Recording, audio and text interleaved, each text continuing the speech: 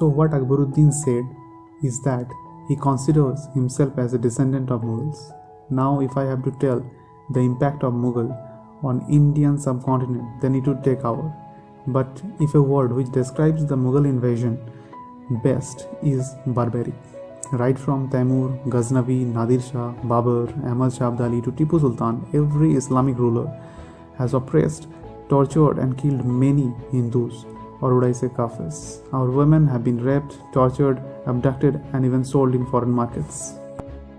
Historian Will Durant has written that the Mohammedan conquest of India is probably the bloodiest story in history.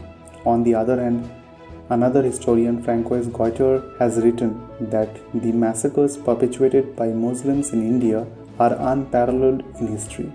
It's bigger than the Holocaust of Jews at the hands of Nazis or the massacres of the Armenian by the Turks, more extensive even than the slaughter of South American native population by the invading Spanish and Portuguese.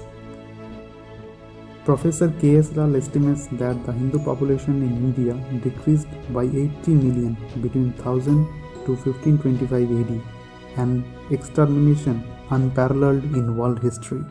India was the highest contributor to the world's GDP prior Mughal invasion.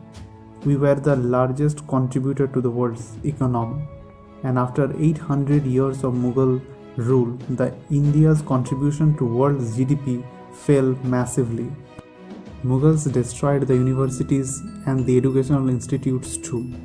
Nalanda is the most prominent example. Mughal Emperor Bakhtiyar Khilji burned down Nalanda, which contained numerous information. And what we did after that, we named an area of Bihar after the name of the destroyer. Mughals destroyed thousands of temples throughout India in order to make the process of conversion much more effective. To name a few, like Ram Janambhumi Temple, Kashi Vishwanath Temple, Krishna Janambhumi Temple, Adinath Temple, Govindadev Temple, Martanda Sun Temple, temples of Hampi, and the list goes on. So Mr. Akbaruddin, if you want to call yourself a Mughal, then we have every right to call you an anti-Hindu, anti-national and a jihadi descendant.